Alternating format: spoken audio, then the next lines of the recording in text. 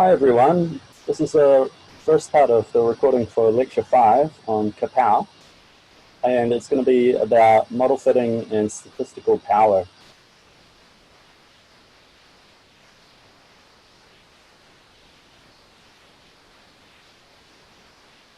So CaPow, the name comes from capture-recapture power analysis, and it's a web application for open population capture-recapture using pop-and models, including pop-and lambda model. So the simplest thing you can do with CaPow is model fitting for existing data, but that's really kind of a side effect of the original purpose of the software, which was simulation-based power analysis for study design and model exploration, which you can do with or without existing data. Now, CaPow was originally developed by Fuster et al. In 2015, and it's made up of several thousand lines of R code, so it's a really large application for what you'd usually see in R.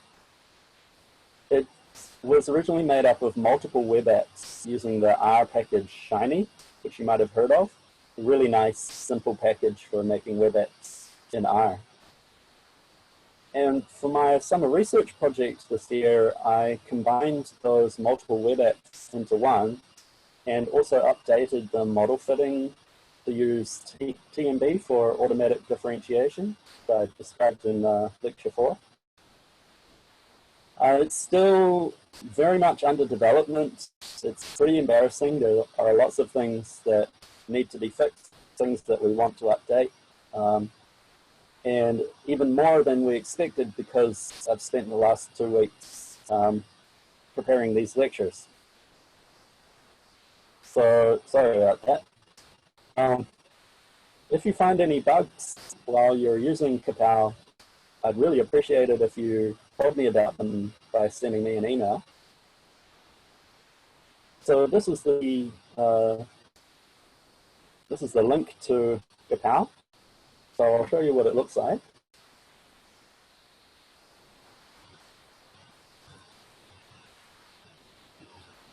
Right, so this is the welcome page for CaPow.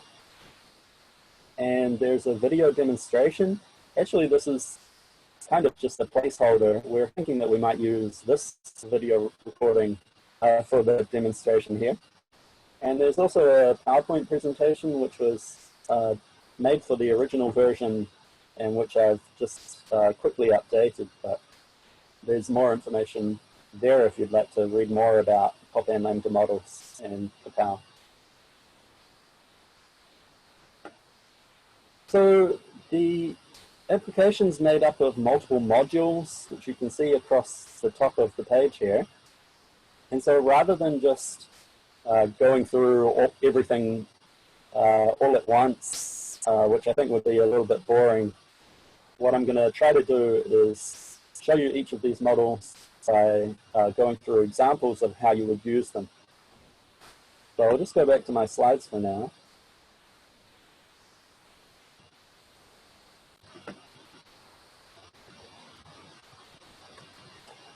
So, like I said, the simplest thing that you can do with CaPow is model fitting for existing data. And the way you would do that is upload your data, build a model, put the model to the data, check for parameter identifiability issues, like boundary estimates, or strange estimates, or strange variances. And if you see that kind of problem, possibly consider another model. So let's try fitting a model to the Maui dolphin data from Lecture 4.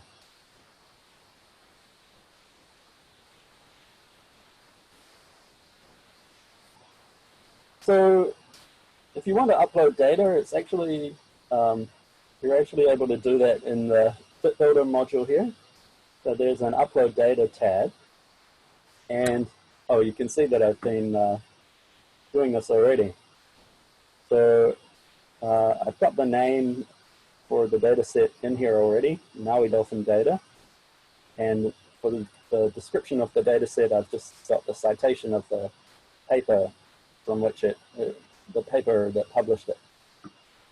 So I can choose the CSV file, that's a comma-separated value file, the standard format for datasets, by clicking on the Browse button, and you can see my dataset file there.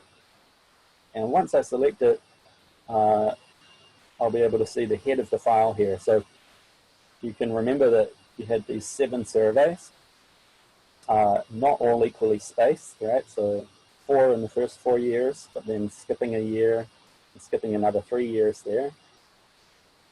And it's just showing me the first few rows there. So if that looks all good, then I can upload the dataset. And you can see that the dataset has appeared in the dataset list here. So now, if I want to fit a model, I need to build a model to fit. So I use the Model Builder module and the Model Builder tab here. So I've already got the name of a model here, Maui Dolphin Est for estimate pop and lambda data model.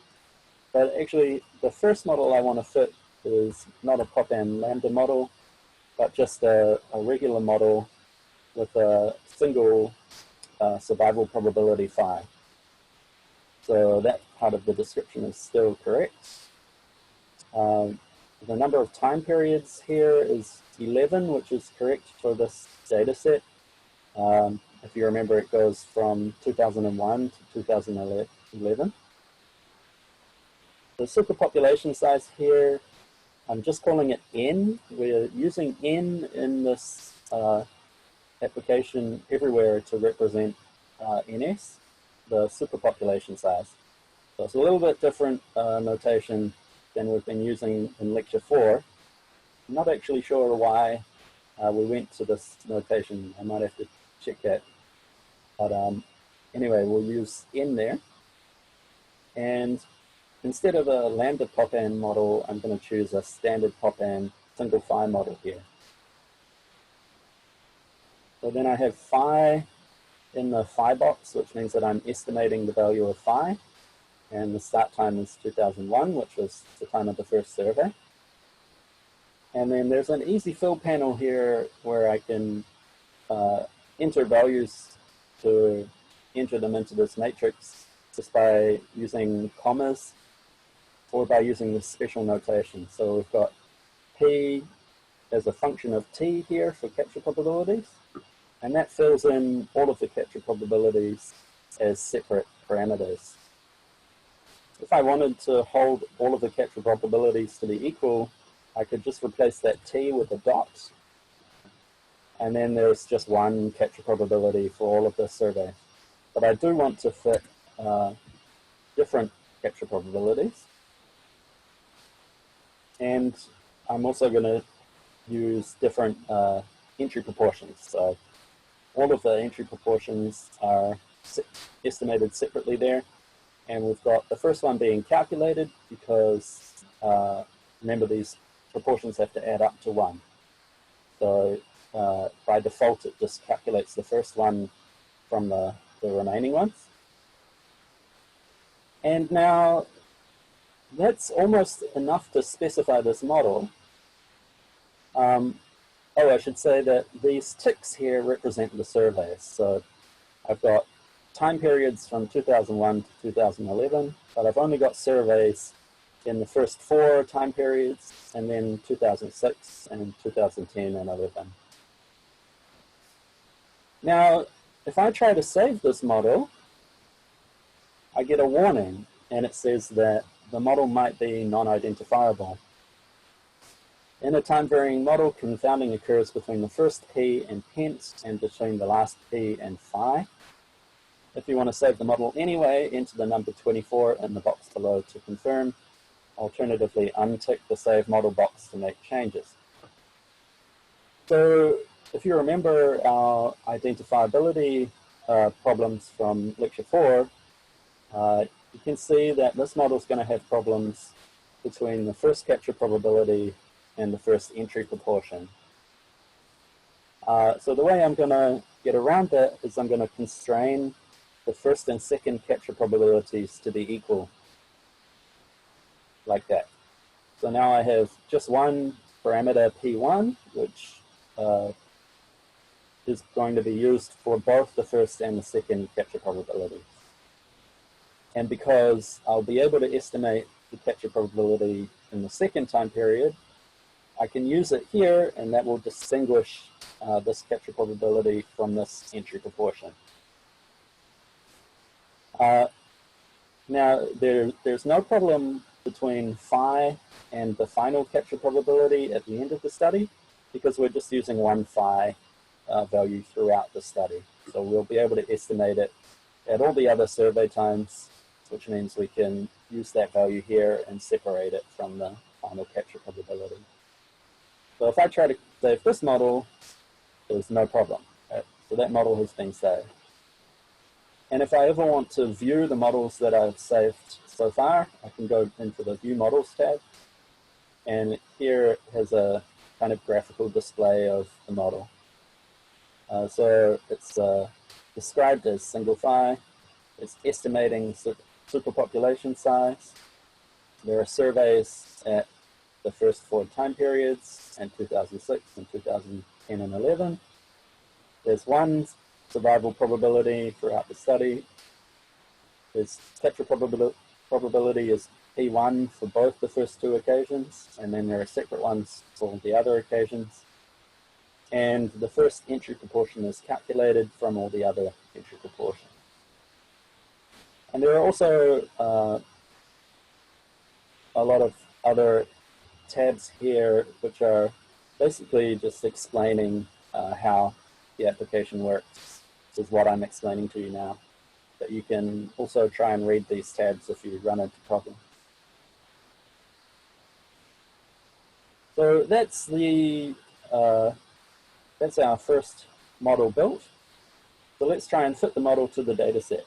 So coming back to the Fit Builder module, and in the Fit Model tab, you can see I've already got a name here and some results. But I'm just going to change the name because we don't have a Pop-and Lambda model now. I'll just turn this little video off now that you've seen my face. So I'm just going to call this model fit the Maui Dolphin EST model fit, and I'll explain later why I'm using this EST name here. For the fit description, it's not a Pop-and Lambda model. It's just a model fit with single phi, and I'll also say that P1 is constrained to P2. So these are equal in this model. I can choose the data set here. So I'm choosing the Maui Dolphin data, and I can choose my model, and there's only one model to choose. And then I can fit the model. So you can see the fit results here, and the fit has also shown up in the fit list. And there's also, you can see our model is here in the model list. So looking at the fit results, we've got a row of estimates and a row of standard errors. And the first parameter that's estimated is the superpopulation size, N. And we've estimated it at about 140 animals.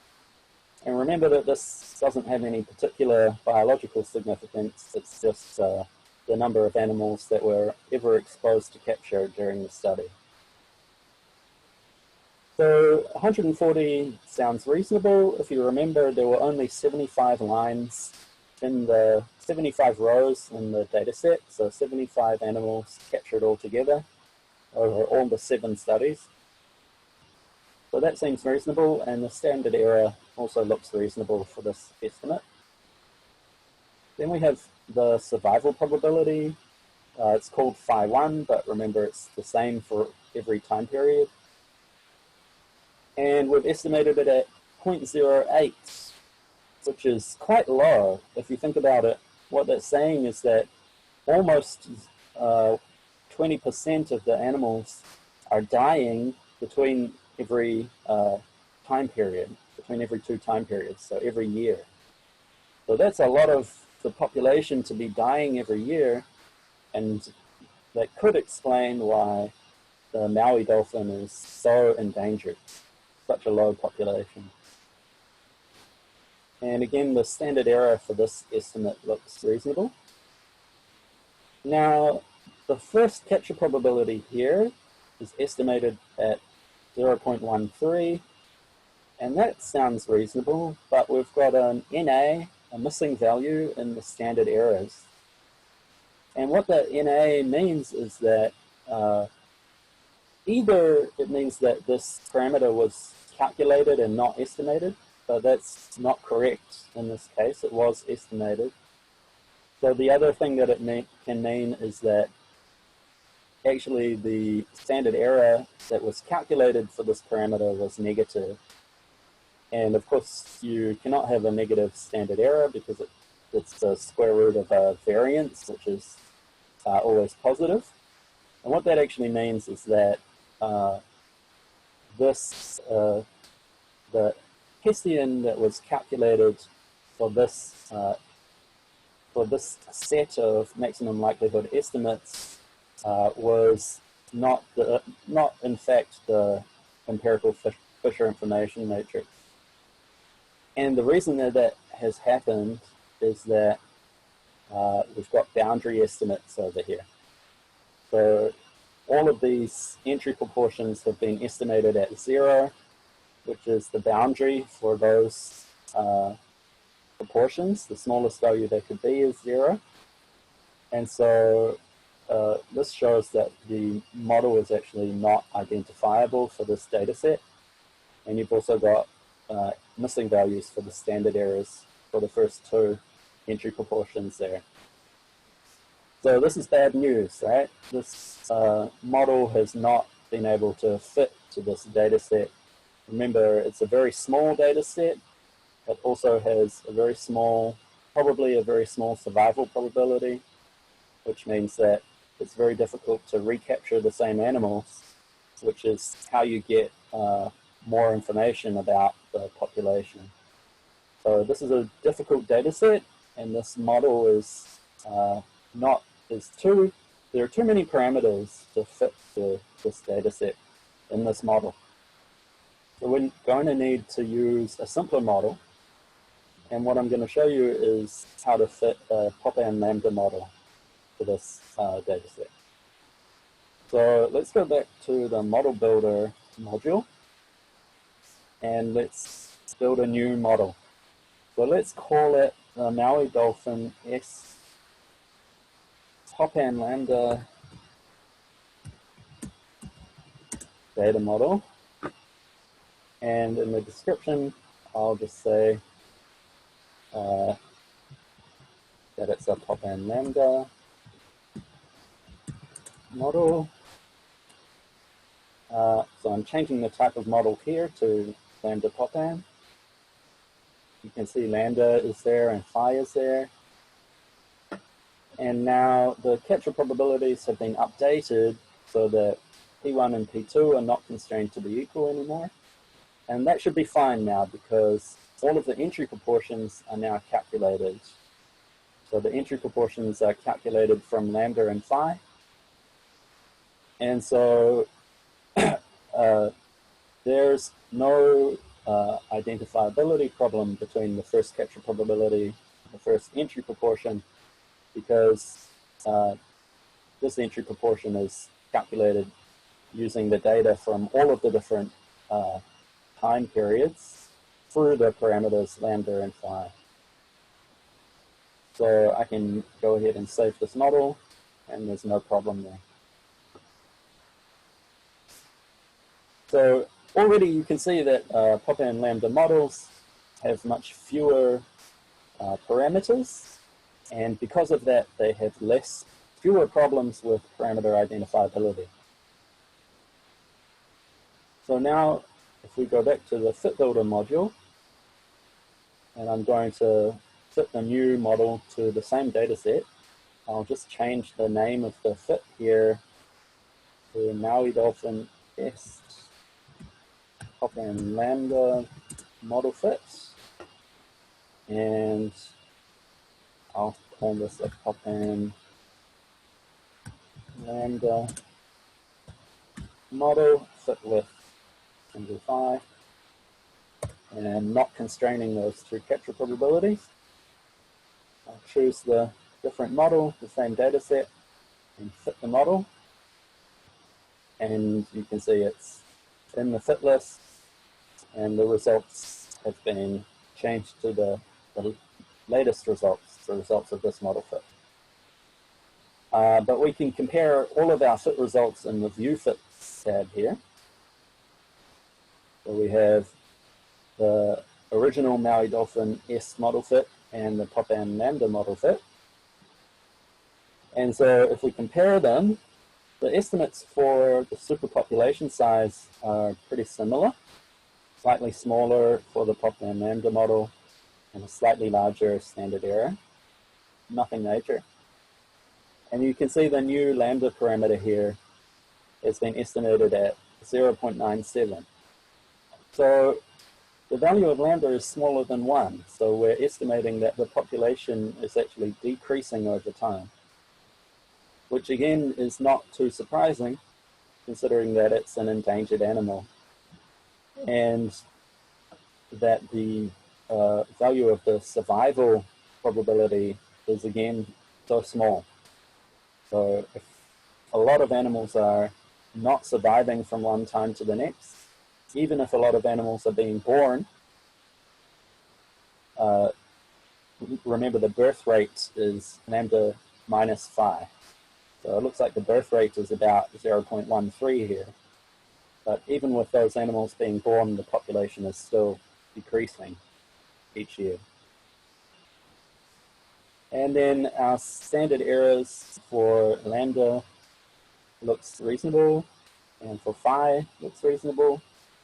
And now the standard error for the first capture probability also looks reasonable. So the estimated value has changed quite a bit from the first model. And the reason for that is probably this second capture probability value here, which is very small, much smaller than the first capture probability.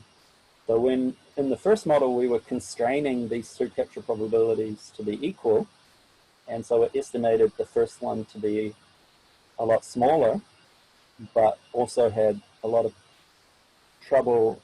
Well, it was not able to identify that parameter in the first model. And so that may have been because there were so few captures in the second survey, and so there was very little information across those two capture probabilities. And also the values of the two capture probabilities are very different. So now we can see that using the Popan Lambda model, we've been able to estimate all of the capture probabilities, and they all look reasonable, and the standard errors all look reasonable. The last two capture probabilities and the first one are the highest, but we could talk to the people who conducted the study and ask whether those values are reasonable. Maybe there was more effort put into the surveys in these time periods. So the moral of the story is that using a Popan Lambda model, which has much fewer parameters, you can see, is much more parsimonious, and it has fit successfully to this very small and challenging data set where the non-lambda model was not able to fit. So I'll just go back to my slides now.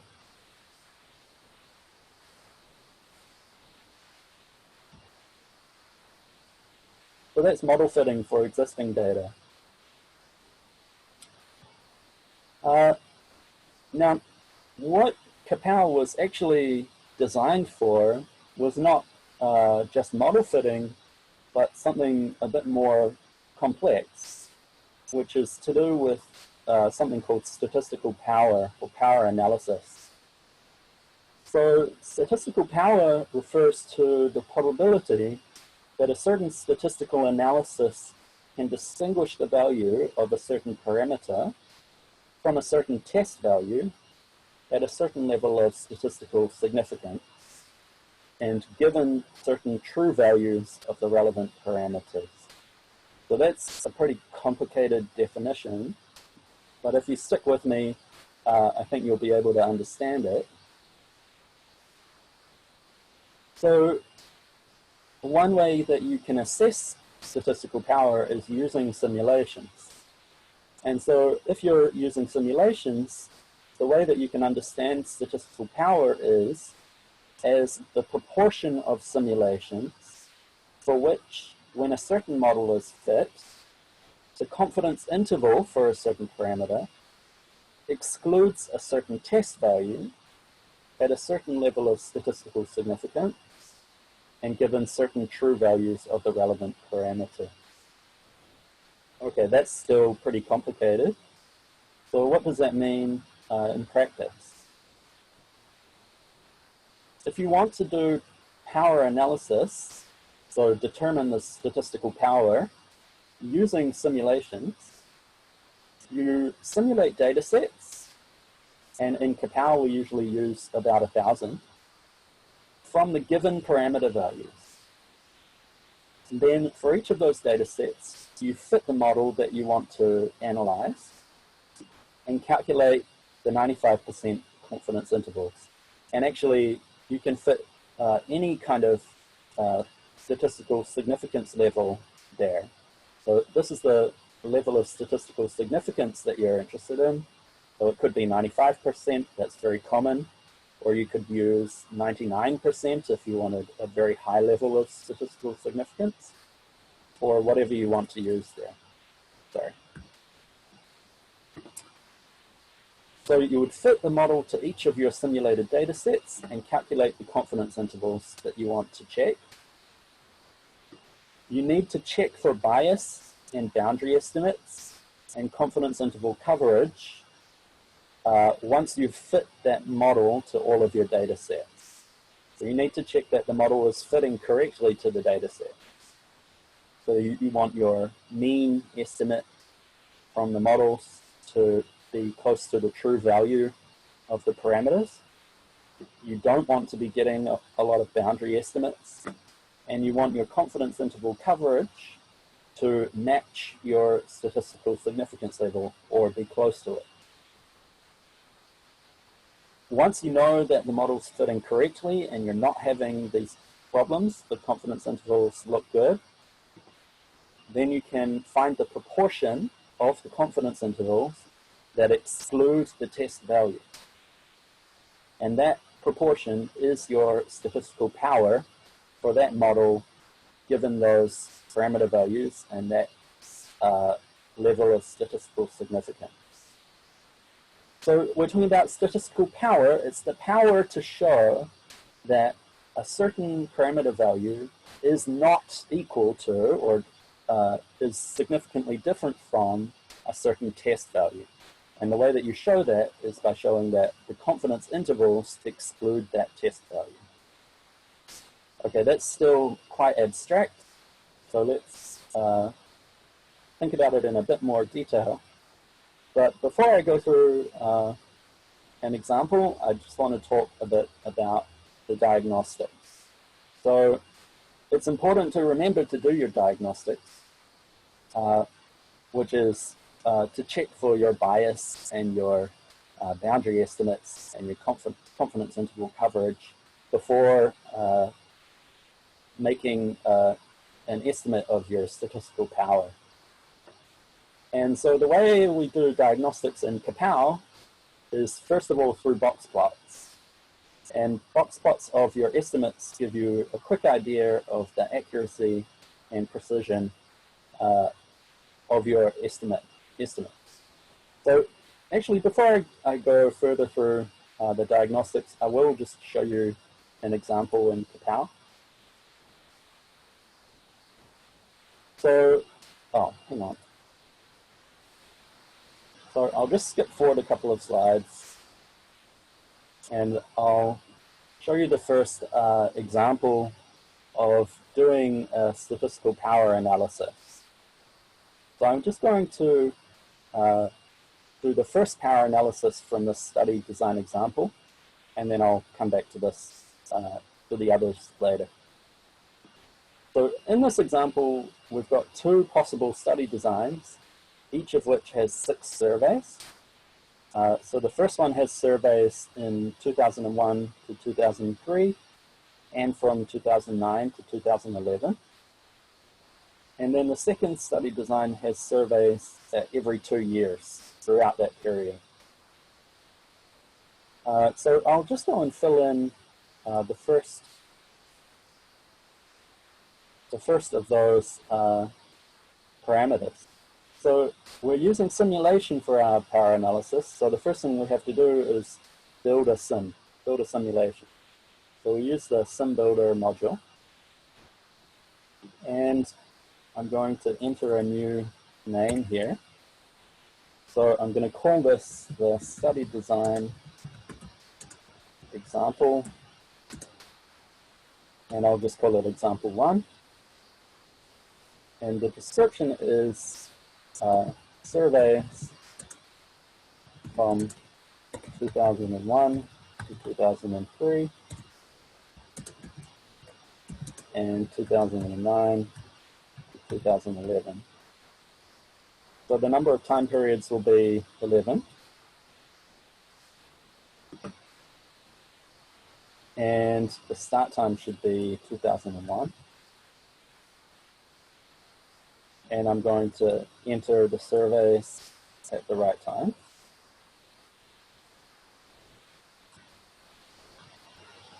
And now I'll just go back and check the other parameters. So we're going to assume that the initial population size, N, was 400. Here I'm talking about the actual population, not the superpopulation, so don't be confused about that.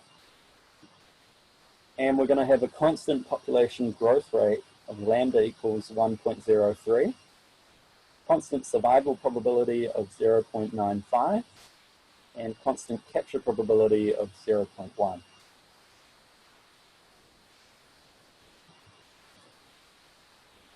So the first thing I'll put in is lambda is 1.03, phi is 0.95, and you can see the capture probabilities are already at 0.1. Now, for the population size is calculated using the lambda and phi values and the superpopulation size. And so if I want to have the right value of the expected population size at the initial time, remember we wanted the initial population size to be 400, I need to calculate the right value of the superpopulation size to give that value there. And there's a tab here in the SimBuilder module, NS calculator, for doing that. And so I'm just going to enter in the right values here. I've got the base population at 400, which is what I want. And I want my surveys at 2001, 2003, and 2009, 2011. And you can see it tells me that the superpopulation size that I need is 742. So now I can go back to my SimBuilder tab and enter 742, and it calculates the expected population size at each time, and I have the 400 in the first time is what I wanted. Okay, so this looks good now. This is my simulation for this study design example. So I'm going to save that, and that's worked. Now, going back to my slides.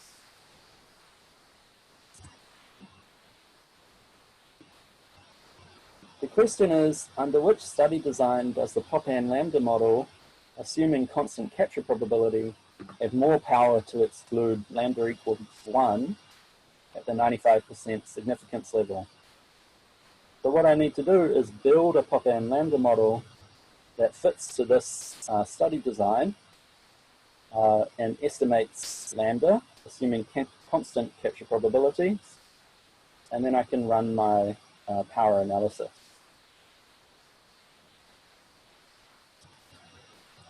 So I need to go back to the model builder,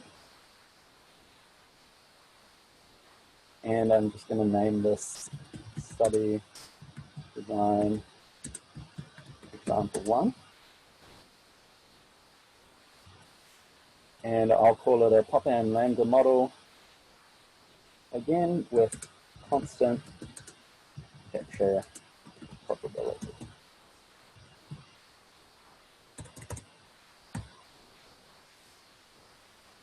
I've got the right number of time periods there, but I need to change the survey time. I'm estimating the superpopulation size and lambda and phi. And I need to have constant capture probability. And there they are. And the entry proportions are calculated from lambda and phi again. So I can save this model. And now that I've saved the model and the simulation, I go to the projects module and the project builder tab. And I can enter the project name, which is the study design example 1. And the description will be constant capture probability. I choose my simulation set, which is study design example 1, and my model, and save the project, and there it is. And now I need to run the project. So I'm going to run it for 1,000 simulations. I choose the project and hit run project, and I can see that it's running there.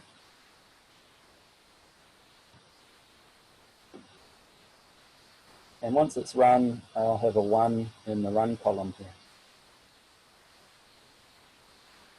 Right, so I've run this 1,000 simulations with the assumed parameter values, and I've fit the model to all of those simulations.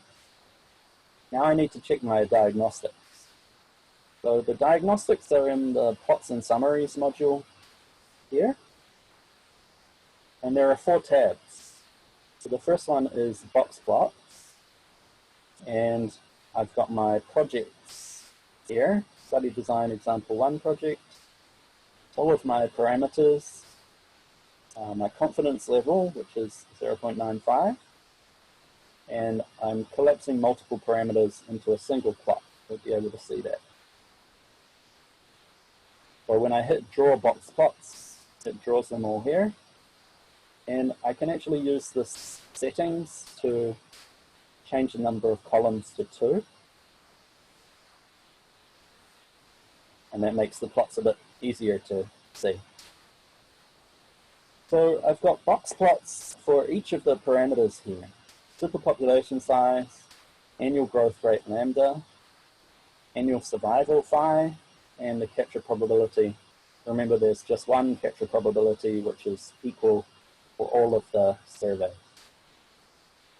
And I've also got the entry proportions, and they're colored orange because they're not actually estimated directly. They're all calculated from lambda and phi. So here are my box plots of all of the estimates that I got from my 1,000 simulations, fitting the model to each simulated data set. So the box plot is there, and the red value is the true value of the parameter that was used for the simulation. So remember, the true value of the superpopulation size was 742, and that's the red line there. And you can see that the box plot is evenly spread around that true value, with the mean estimate being very close to the true value of the parameter. So that's good. That's what we want to see. And you see the same for the annual growth rate lambda. Remember, the true value was 1.03, and the box plot is evenly spread around the true value. Annual survival, the box plot looks good, but you have this blue line at the top here at the value of 1, which is the upper limit of the annual survival rate. Remember, it's a probability. What that means is that in some of the models fit to some of the simulations, we actually had boundary estimates. So we were estimating that the survival probability was equal to 1. So that's not a good thing. But you can see from the box plot that a lot of the time, maybe most of the time, we were not getting boundary estimates. So maybe it'll be okay. And we can look into that further. For the capture probability, the true value was 0.1, and the box plot looks good. And for the entry proportions, the box plots also look good, which is not surprising because they were calculated from lambda and phi, and both lambda looks very good, and phi looks maybe okay. So those are the box plots there. And I'll just go back to the slides. And back to this diagnostic slide here. So that's box plots. So box plots give you a quick idea of the accuracy and precision of your estimates. So accuracy is showing that the mean value of the estimate is close to the true value of the parameter. And precision is showing that the variance of the estimates around the true value should be they should be sort of evenly distributed and not distributed too far away. And we can look into those ideas of accuracy and precision in more detail. So for accuracy, we can use mean plots. So mean plots you would want to look at when you suspect that there is bias. So if you look at the box plots and you see that the mean estimate is very different from the true value of the parameter, then you would think that there might be bias. And you could check that by looking at the mean plots. And I'll show you that now. So here's the mean plots tab. If we draw the mean plots. So these plots show the true value of the parameter at the top and the mean estimate of the parameter at the bottom. And you can see the scale of the axes at the right down the bottom here. So if you have a vertical line like these lines are vertical or close to vertical, that's a good thing. That means that there's not much bias. It looks like the true value, the mean estimate is very close to the true value. But when you have a line that's not vertical, like this line here, that means that you've got possibly some bias. And you need to check your capture probability, that scale of the axis when you're looking at whether this line really indicates bias or not. And if you look at the scale down here, this scale is very, very small, right? So you have 0.09 here, and you have 0.105 here.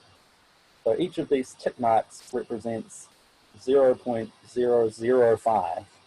It's a very small scale here, and so this amount of bias in the capture probability is very small. That's probably no problem. And so looking at the entry proportions also doesn't look like a lot of bias there. And if we go back to the box plots, that's not surprising because the mean values of the estimates were very close to the true values of the parameters. So it doesn't look like there's any problem with bias in this model for these data sets.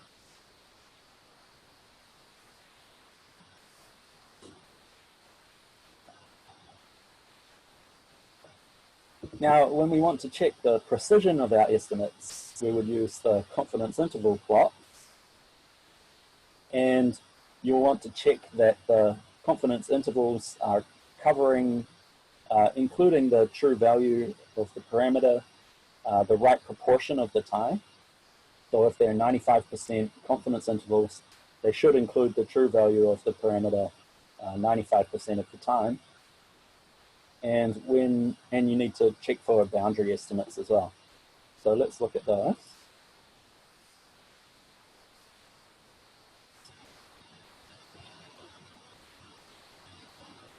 And I'll change this to 2 plots per column, per row. They're a bit bigger. So here you see the gray dots are the parameter estimates, and the purple dots are the upper and lower bounds on the confidence intervals. So the confidence interval for each simulation is between the upper purple dot and the lower purple dot. You can see that there were 1,000 simulations, so we're showing every confidence interval that we calculated by fitting the model to every one of our simulated data sets. And so at the top here we have the true value of the superpopulation, which was 742, and that's the red line through here. And we have our confidence interval coverage, and it's actually exactly right here, so it's 95%. We were calculating 95% confidence intervals, so that's matching up exactly, so that's perfect. Now these black dots on the edges here indicate confidence intervals that did not include the true value of the parameter. So these are the 5%. 95% of the confidence intervals did include the true value of the parameter, and those are the blue confidence intervals, or purple ones in the middle. And then the reason we have this kind of sigmoid-shaped curve is because we've sorted our estimates from smallest to highest, right? So these are the really small estimates. So for data sets that really looked like the value of n was much smaller than it really was. And that's where we get confidence intervals that were too low, and so they did not include the true value. And up here we have data sets which looked like n was much bigger than it really was. And so we ended up with estimates that were high and confidence intervals that were too high to include the true value of the parameter. So you can see how these plots tell you a lot about what was happening in our simulations.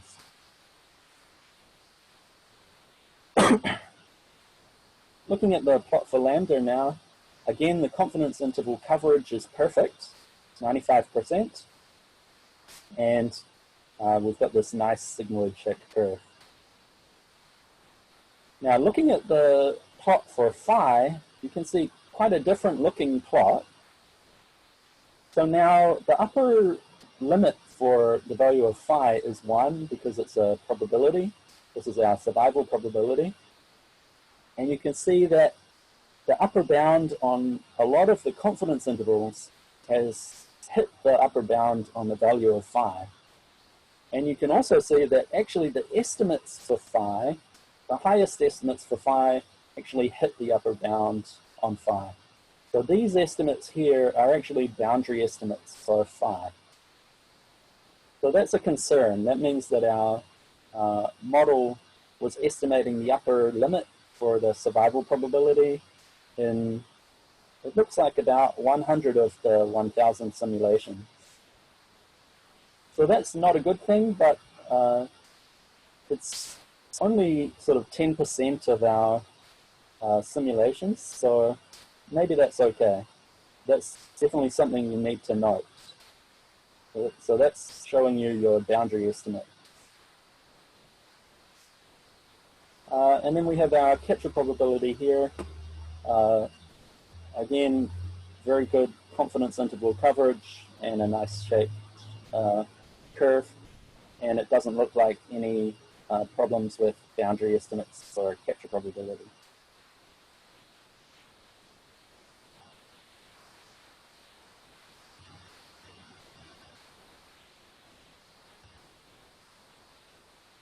Now, the last part of the diagnostics are the summary tables, and these actually show the numerical values of a lot of the summary statistics. And they also show an important statistic, the empirical coefficient of variation, which is the square root of the variance of our estimates divided by the mean of our estimates. And what that is a measure of the precision of the estimator that is scale invariant, right? So if you have an estimator for a large value, then it will have a large mean, and you would expect that the variance would be larger. So we're dividing the square root of the variance by the mean so that we can compare the precision of estimators, or when they're estimating values that may be larger or smaller. So I'll show you the summary table.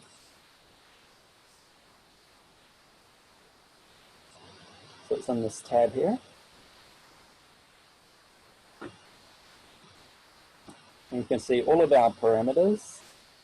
You can see whether they were estimated or derived. Remember, the entry proportions were calculated from lambda and phi. You can see the true values, the mean estimate, the relative bias, so not much bias here, the empirical standard deviation, so that's the square root of the variance of the estimates.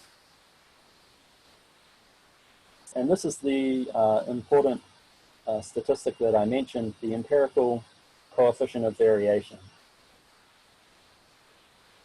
And so this is a statistic that you'll often report if you want to report on the precision of your estimator.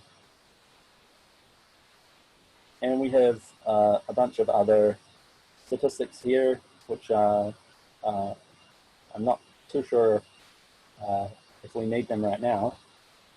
But we have the confidence interval coverage over here. And you can see that, again, confidence interval coverage is good.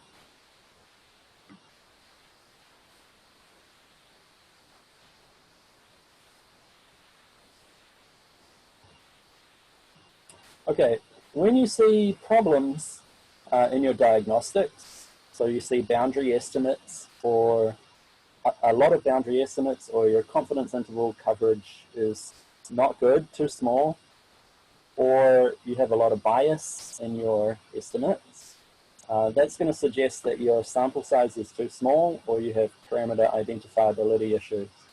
So again, you're going to need to try to constrain the parameters in your model to be equal to parameters that are well estimated, or you need to try a simpler model or an easier scenario. So that would include increasing the population size or increasing the capture probabilities so that you get a larger sample size, or possibly increasing the survival probability so that you get more recaptures of the same animal. Okay, that's a very long recording. I think we're about halfway through this lecture, so there'll be at least one more part coming soon, and that will be covering more examples of statistical power analysis, especially for study design and also for model exploration. So I'll see you in the next one.